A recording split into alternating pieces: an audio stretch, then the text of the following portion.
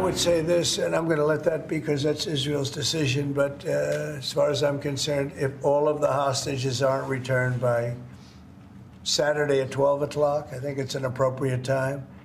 I would say cancel it and all bets are off and let hell break out. I'd say they ought to be returned by 12 o'clock on Saturday, and if they're not returned, all of them, not in drips and drabs, not 2 and 1 and 3 and 4 and 2. Saturday at 12 o'clock, and after that, I would say all hell is going to break out. And I don't think they're going to do it. I think a lot of them are dead. I think a lot of the hostages are dead. I think it's a great human tragedy what's happened, how people can be that mean to do. I'm speaking for myself. Israel can override it, but from myself, Saturday at 12 o'clock, and if they're not here, all hell is going to break out.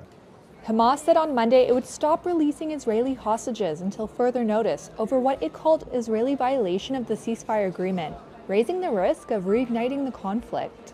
The Palestinian militant group was set to release more Israeli hostages on Saturday in exchange for Palestinian prisoners and other Palestinians held in Israeli detention, as had been happening over the last 3 weeks.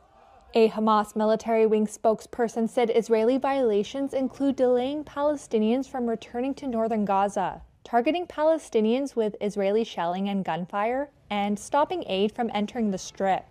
Israel's defense minister said Hamas's announcement violated the ceasefire deal and that he had instructed the military to be at the highest level of readiness in Gaza.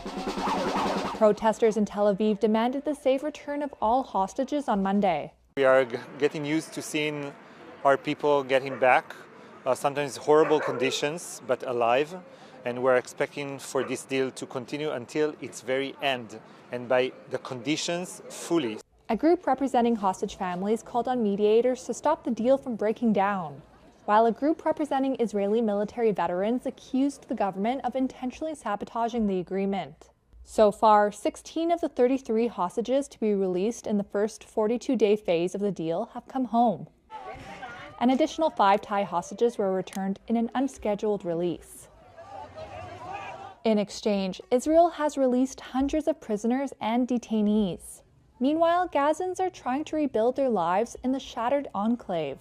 The unexpected announcement comes amid growing doubts over an already fragile ceasefire that has largely held since it began on January 19th. Although there have been some incidents in which Palestinians have been killed by Israeli forces and Hamas delays in providing names of hostages it planned to free. Aid agencies say the amount of aid getting into Gaza has increased since the ceasefire. Talks began last week on a second stage of the ceasefire deal, but have shown little sign of serious progress.